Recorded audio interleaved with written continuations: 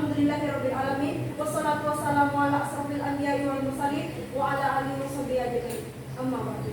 Yang terhormat pembahas 1 Ibu Sulistiani SPD, yang terhormat pembahas 2 yaitu Ibu Diana Nurintan SPD, dan tak lupa pula penyaji yang berbahagia pada hari ini yaitu Ibu Suci Oktamela Bisa SPD. Puji syukur kehadirat Allah Subhanahu wa taala karena berkat dan rahmatnya kita dapat berkumpul dalam seminar pendidikan profesi guru yang bertema membangun paradigma baru terhadap makna guru yang akan disajikan oleh Ibu Suci Oktamela Bisa SPD. Kepada Ibu disilakan.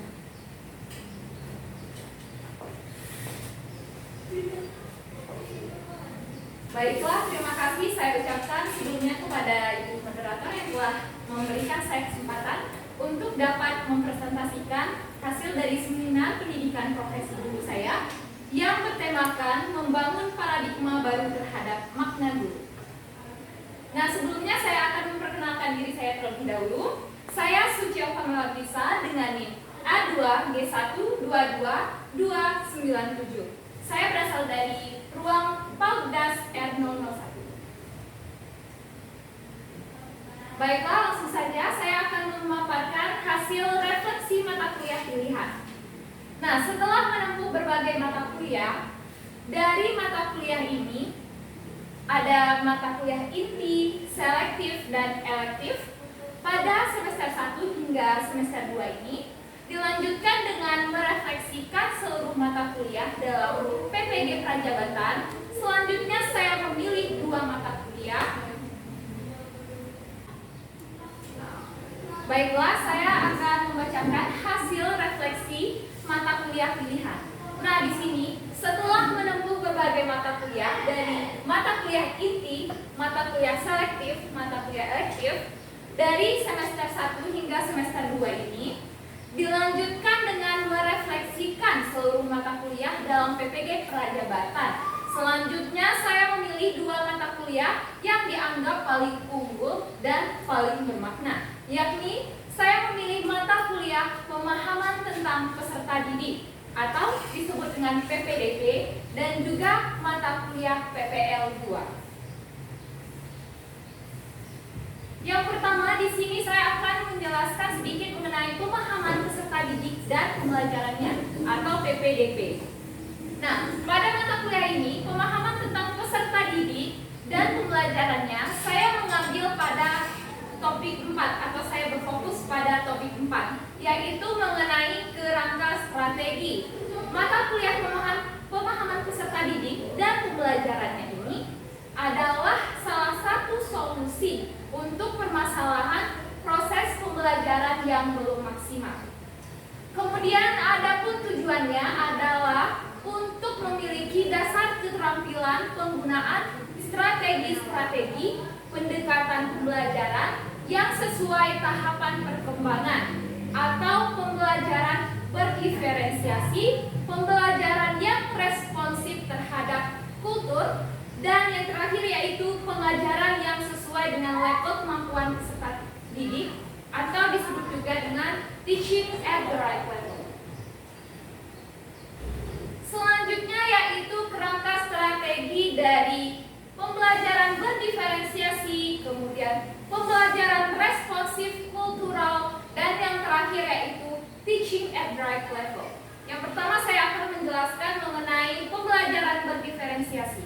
Pada pembelajaran berdiferensiasi ini mempelajari mengenai cara guru memahami perkembangan anak sesuai dengan perkembangannya. Hal ini digunakan untuk menyelaraskan lingkungan dengan kebutuhan dan kemampuan peserta didik. Nah, pada pembelajaran berdiferensiasi ini, saya juga menerapkannya dalam proses pembelajaran, yaitu saya memilih berdiferensiasi proses. Nah, berdiferensiasi proses ini terbagi atas 3. Saya mengambil pada gaya belajar. Ada gaya belajar visual, ada gaya belajar kinestetik, dan gaya belajar audiovisual. Kemudian yang kedua yaitu pembelajaran responsif kultural. Nah, pada pembelajaran responsif kultural ini merupakan cara guru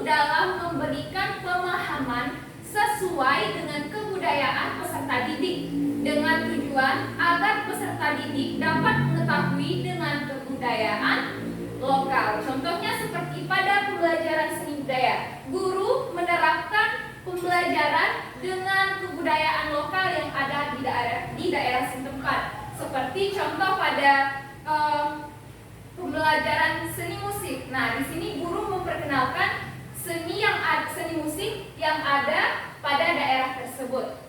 Kemudian yang ketiga yaitu teaching at the right level. Nah, di sini menjembatani perbedaan yang ditemukan. Dalam hal ini peserta didik tidak terikat pada tingkatan kelas, namun disesuaikan berdasarkan kemampuan peserta didik yang sama. Setiap fase memiliki capaian pembelajaran yang harus dicapai. Nah, pada teaching at the right level ini tidak melihat pada tingkatan kelas, tapi tingkatan kemampuan dari peserta didik tersebut. Selanjutnya yaitu pada mata kuliah praktik pengalaman lapangan atau PPL 2 di sekolah dasar. Selanjutnya pada mata kuliah PPL 2 di sekolah dasar ini yang saya laksanakan pada mata kuliah PPL 2 ini yaitu ada orientasi PPL, observasi, praktek pembelajaran terbimbing, kemudian praktek pembelajaran mandiri, melaksanakan kegiatan non mengajar, kemudian perbaikan pembelajaran melalui PTK kolaboratif, dan yang terakhir yaitu diskusi refleksi akhir PPL. Nah, dari semua kegiatan di atas ini, dalam pelaksanaan PPL ini, menurut saya sangat bermanfaat. Namun, yang paling berkesan bagi saya yaitu saya mengambil pada praktek pembelajaran mandiri. Karena saya merasa praktek pembelajaran mandiri ini lebih berkesan ketika saat proses pembelajaran yang berlangsung di kelas yang saya ajarkan langsung pada peserta didik atau yang saya alami langsung dengan peserta didik. Selanjutnya yaitu praktek pembelajaran mandiri. Nah, pada praktek pembelajaran mandiri ini sangat berbeda dengan praktek pembelajaran terbimbing yang pernah dilakukan sebelumnya. Nah, praktek pembelajaran mandiri ini mengapa berbeda dengan praktek pembelajaran terbimbing? Yaitu dikarenakan praktek pembelajaran mandiri ini dilaksanakan secara individu, bukan berkelompok atau tersendiri. Kemudian, pada kegiatan praktek pembelajaran mandiri, saya secara individu mempersiapkan segala bentuk persiapan untuk pelaksanaan secara tersendiri. Contohnya seperti melaksanakan observasi pada peserta didik, kemudian melaksanakan wawancara kepada guru kelas, kemudian membuat perangkat pembelajaran yang akan digunakan dalam proses pembelajaran dari siklus 1 sampai dengan siklus 5. Dan kemudian dalam melakukan praktek itu sendiri, saya juga melakukannya secara mandiri atau secara individual. Kemudian, apa saja sih kegiatan pelaksanaan praktek pembelajaran mandiri? Nah, di sini saya akan menjelaskan secara singkat kegiatan pelaksanaan praktek pembelajaran mandiri. Nah, sebelum pelaksanaan praktek pembelajaran mandiri, hal yang sangat penting untuk dilakukan yaitu melakukan asesmen diagnostik atau asesmen awal terhadap peserta didik guna mengetahui kesiapan belajar tiap peserta didik. Ini digunakan untuk mengetahui kesiapan belajar dari peserta didik kita yang akan kita ajarkan. Kemudian dilanjutkan dengan observasi kepada peserta didik. Nah, setelah melakukan asesmen diagnostik pada peserta didik, baru kita melaksanakan observasi pada peserta didik. Nah, dilanjutkan dengan wawancara kepada guru kelas. Wawancara ini guna memperjelas apa saja yang akan kita butuhkan pada saat kita akan melaksanakan proses pembelajaran, seperti apa saja permasalahan yang ada pada kelas tersebut, kemudian bagaimana apakah ibu wali kelas tersebut menggunakan media pembelajaran, dan apa saja model atau metode pembelajaran yang pernah digunakan wali kelas tersebut pada saat pembelajaran dan sebagainya. Kemudian hal ketiga yang saya sebutkan tadi yaitu asesmen diagnostik, kemudian observasi dan wawancara pada wali kelas itu dilaksanakan agar dapat menciptakan pembelajaran yang efektif, aktif, dan menyenangkan bagi peserta didik. Nah, kemudian pada saat melaksanakan observasi, pada saat pelaksanaan observasi ini pada peserta didik terlihat sebagian besar peserta didik masih kurang aktif dalam proses pembelajaran. Itu terlihat dari peserta didik yang masih berjalan ke sana kemari, kemudian masih menguap, kemudian masih berbicara dengan temannya yang luar dari mata pelajaran yang dibahas oleh guru, kemudian kurang antusias dan kurang bersemangat dalam mengikuti pembelajaran. Nah, itu adalah observasi awal yang saya temui pada kelas 2A yang mana wali kelasnya adalah Ibu Zainubah, SPD. Nah, berdasarkan permasalahan yang telah saya paparkan di atas, maka saya berinovasi merancang pembelajaran dengan menggunakan media pembelajaran yang sesuai dengan gaya belajar peserta didik untuk dapat meningkatkan keaktifan belajar peserta didik dalam kegiatan pembelajaran dengan mengelompokkan peserta didik sesuai dengan gaya belajarnya, yaitu berdiferensiasi berdasarkan gaya belajar. Kemudian di sini hal tersebut merupakan pengalaman yang sangat berkesan bagi saya karena sebelumnya pembelajaran di kelas hanya monoton atau bisa dikatakan dengan teacher center atau berpusat pada guru. Pembelajaran belum berpusat pada peserta didik. Setelah saya merancang pembelajaran dengan menggunakan media pembelajaran berdasarkan gaya belajar peserta didik, yaitu ada gaya belajar audiovisual atau melihat video, kemudian gaya belajar kinestetik dengan menggunakan media konkret yang telah saya buat dan saya namakan dengan media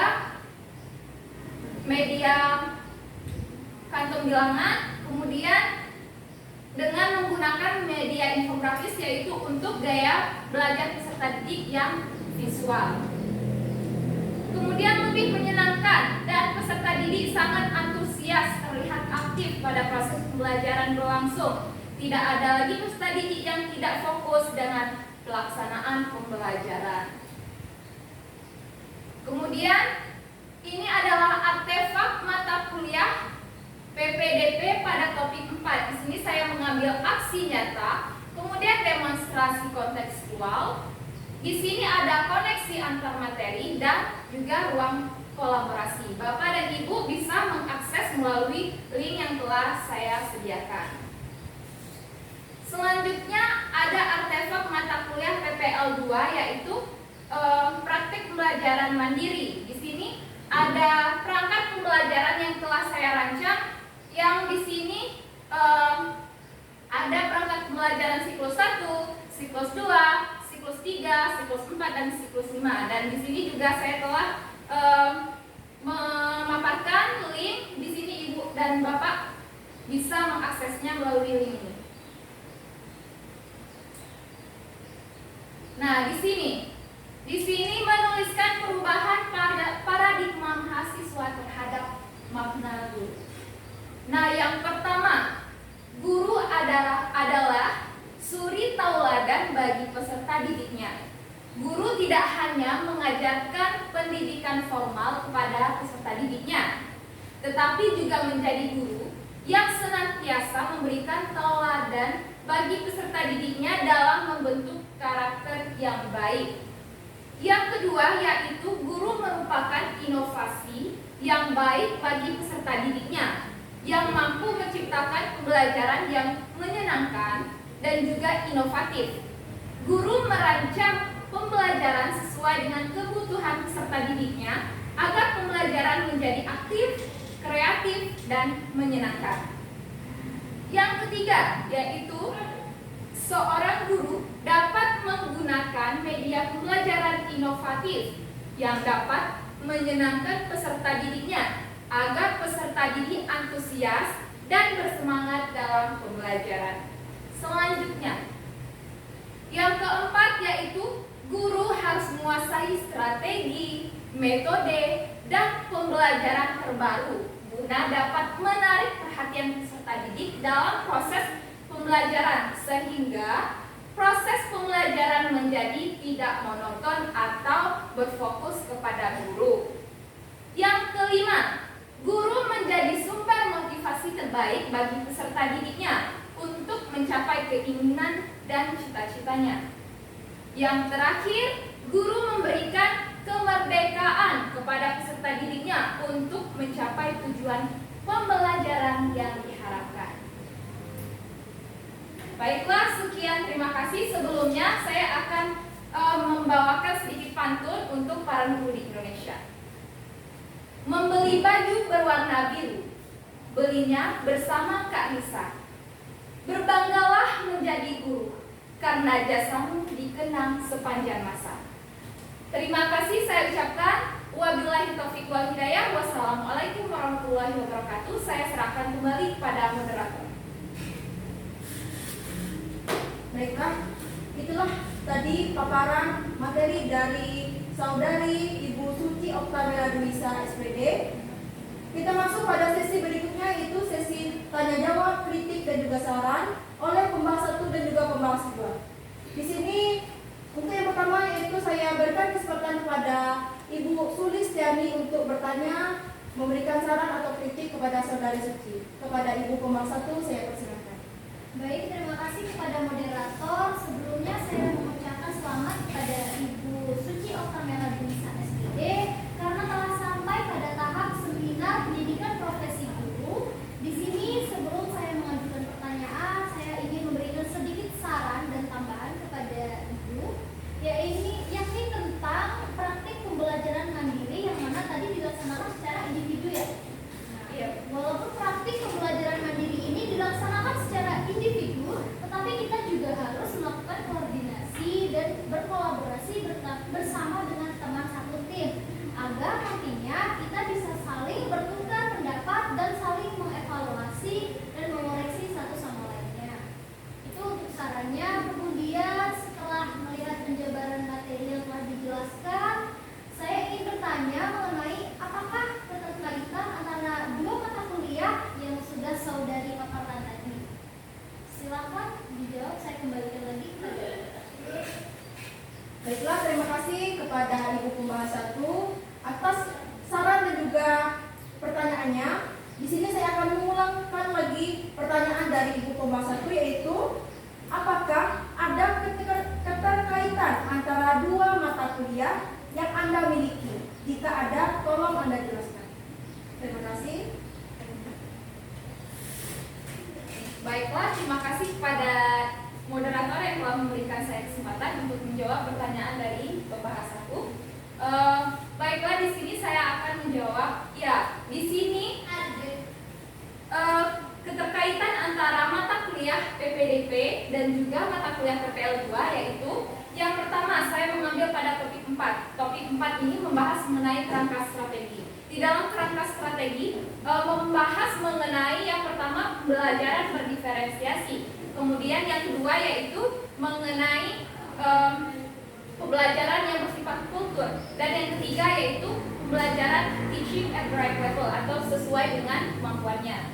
Nah, di sini saya mengambil pada pembelajaran berdiferensiasi. Nah, pembelajaran berdiferensiasi ini akan saya terapkan kembali pada perangkat pembelajaran yang saya rancang pada mata kuliah PPL 2, yaitu pada siklus mandiri. Nah, pada siklus mandiri ini saya membuat modul ajar, kemudian perangkat pembelajarannya itu berdiferensiasi berdasarkan gaya belajar. Di sini saya mengambil berdiferensiasi gaya belajar audio, kemudian kinestetik dan juga visual. Nah, di sini saya membuat perangkat pembelajaran, kemudian menggunakan media pembelajaran juga sesuai dengan gaya belajarnya, di mana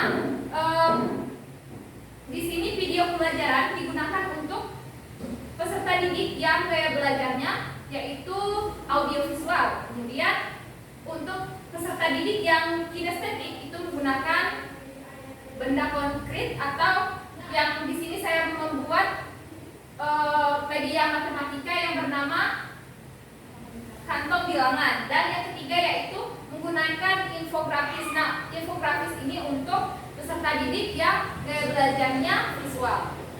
Nah, untuk itu kedua mata kuliah ini sangat keterkaitan satu antara lain, karena pembelajaran berdiferensiasi dapat diterapkan pada kegiatan atau proses pembelajaran pada PPL 2. Sekian jawaban dari saya kembalikan kepada moderator. Terima kasih atas jawaban dari penyaji. Selanjutnya saya kembalikan kepada pembahas 1. Apakah jawaban dari penyaji sudah jelas? Terima kasih. Selanjutnya saya lanjut untuk sesi tanya jawab yang kedua oleh pembahas 2. Kepada Ibu Deana Nurul Intan SPD, disilakan. Baiklah, terima kasih kepada moderator yang telah memberikan saya kesempatan untuk bertanya pada sesi tanya jawab kali ini. Nah, jadi mata kuliah yang Anda ambil adalah mengenai praktek pembelajaran mandiri yang telah dilaksanakan dengan 5 siklus. Nah, dari kelima siklus tersebut, dari masing-masingnya tersebut, apa saja hambatan yang Anda temukan pada saat pelaksanaan praktek pembelajaran mandiri? Terima kasih. Baiklah, terima kasih kepada pembahas 2, Ibu Deana Nurul Intan SPD. Saya akan mengulang kembali pertanyaan dari pembahas 2, yaitu yang mana pertanyaannya, apa saja hambatan yang Anda temukan pada saat melaksanakan praktek pembelajaran mandiri? Baiklah, terima kasih kepada Ibu moderator yang telah memberikan saya kesempatan untuk menjawab. Di sini saya akan menjawab pertanyaan dari Ibu pembahas 2, yang mana pertanyaannya hambatan yang saya temukan pada saat pelaksanaan siklus mandiri. Yang pertama yaitu pada saat observasi. Nah, pada saat observasi ini saya sedikit kesulitan untuk dapat mengelompokkan peserta didik berdasarkan gaya belajarnya, karena di sini saya belum sepenuhnya mengetahui karakteristik, bagaimana karakteristik peserta didik dan apa minat kemudian gaya belajar yang disukai peserta didik. Nah, untuk itu saya melaksanakan observasi guna mendapatkan hasil apa saja gaya belajar peserta didik yang dia sukai. Nah, di sini saya dapat mengelompokkannya berdasarkan gaya belajarnya, dan juga ditambah dengan wawancara dengan wali kelas. Nah, di sini saya menanyakan kepada wali kelasnya bagaimana karakter peserta didik di kelas, kemudian gaya belajar yang peserta didik sukai. Kemudian yang kedua yaitu bagaimana merancang pembelajarannya. Nah, merancang pembelajaran di sini pada siklus 1 saya belum menggunakan pembelajaran berdiferensiasi. Nah, di sini saya hanya menerapkan pembelajaran yang biasa, belum mengelompokkan sesuai dengan gaya belajar peserta didik. Nah, yang kedua pada siklus 2 yaitu saya sudah menerapkan menerapkan pembelajaran berdasarkan gaya belajar yang disukai oleh peserta didik atau berdiferensiasi berdasarkan gaya belajar peserta didik. Nah, di sini hambatan yang saya temui yaitu masih ada peserta didik yang sudah saya kelompokkan, misalkan pada kelompok kinestetik. Nah, dia masih tertarik kepada kelompok yang gaya belajarnya audiovisual. Nah, sehingga terjadi pada saat proses pembelajaran yang peserta didik gaya belajarnya kinestetik pergi ke tempat peserta didik yang gaya belajarnya audiovisual. Nah, jadi pembelajaran sedikit ribut. Nah, itu hambatan yang saya temui. Nah, dari hambatan tersebut saya kembali memfokuskan peserta didik dengan menggunakan ice breaking, sehingga peserta didik dapat fokus kembali dalam proses atau kegiatan pembelajaran berlangsung. Nah, itu saja sedikit hambatan yang saya temui pada proses atau kegiatan pembelajaran pada siklus mandiri yang saya laksanakan di kelas 2. Terima kasih. Saya kembalikan kepada moderator.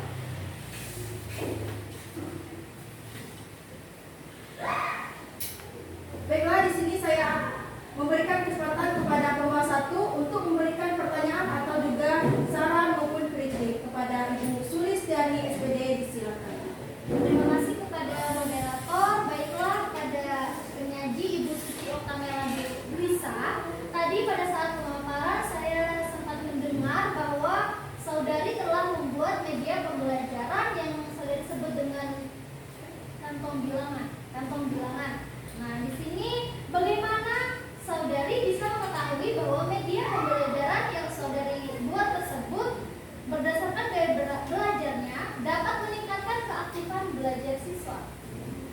Saya kembalikan ke moderator.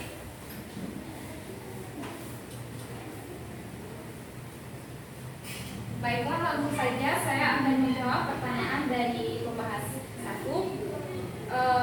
Di sini saya melihatnya dari tingkatan hasil penilaian siswa berdasarkan siklus. Nah, pada siklus 1, pra-siklus dulu observasi. Nah, di sini saya menemukan penilaian terhadap pembelajaran peserta didik itu masih kurang aktif. Masih ada peserta didik yang ngantuk, masih ada peserta didik yang kurang fokus atau kurang antusias, dan masih ada peserta didik yang mengganggu temannya atau berbicara di luar dari materi pembelajaran yang diajarkan oleh guru.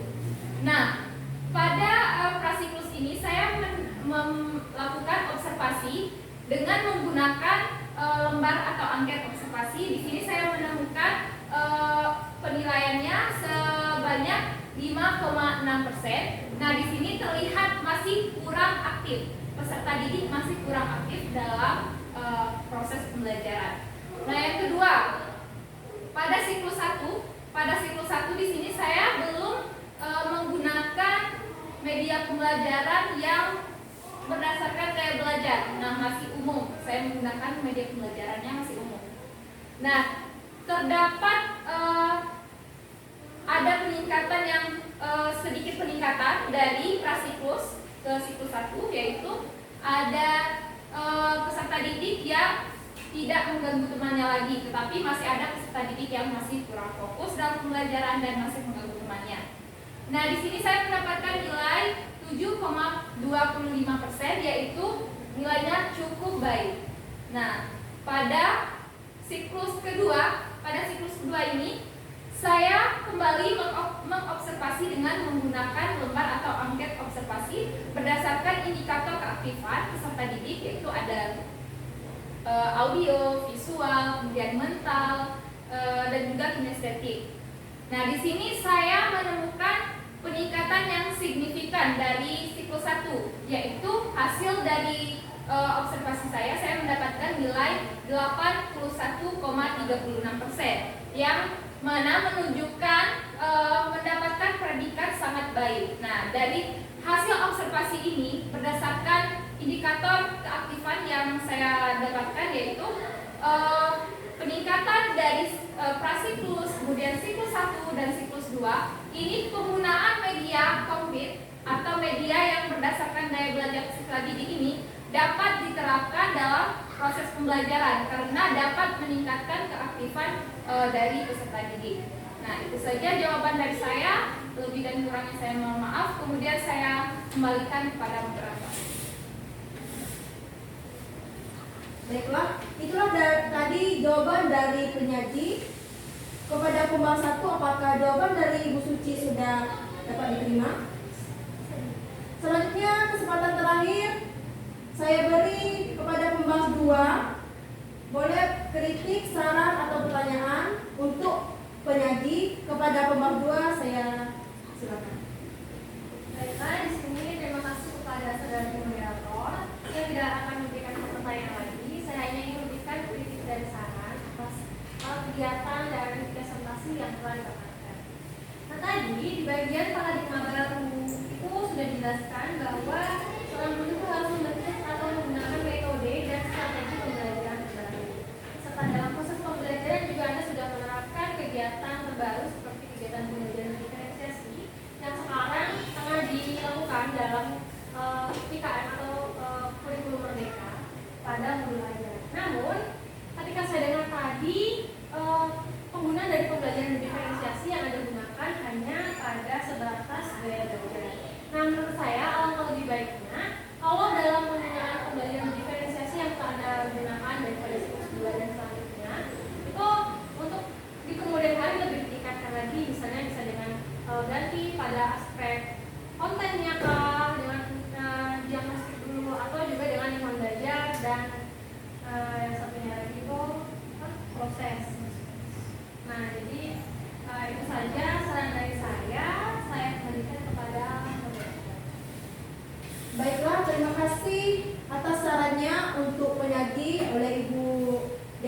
bintang.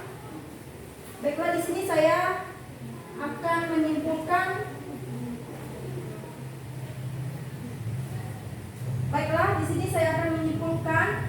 Semua dari pembahasan seminar pendidikan profesi guru oleh Saudari Suci Oktamela Lisa, yang mana kesimpulannya, sebagai seorang guru, kita harus merancang pembelajaran yang bermakna dan menyenangkan bagi peserta didik, agar peserta didik lebih aktif, kreatif, dan berani dalam menghadapi permasalahan. Guru sebagai panutan dan contoh yang baik bagi peserta didik. Guru bukan menjadikan dirinya sebagai orang yang ditakutkan peserta didik, melainkan jadilah guru yang menyenangkan dan dinantikan oleh peserta didik setiap harinya di sekolah. Dan juga guru dapat menggunakan media pembelajaran inovatif agar peserta didik antusias dan semangat dalam proses pembelajaran. Baiklah, mungkin hanya ini yang dapat saya sampaikan. Kurang dan lebihnya saya mohon maaf. Wabillahi taufiq wal hidayah. Wassalamualaikum warahmatullahi wabarakatuh. Waalaikumsalam.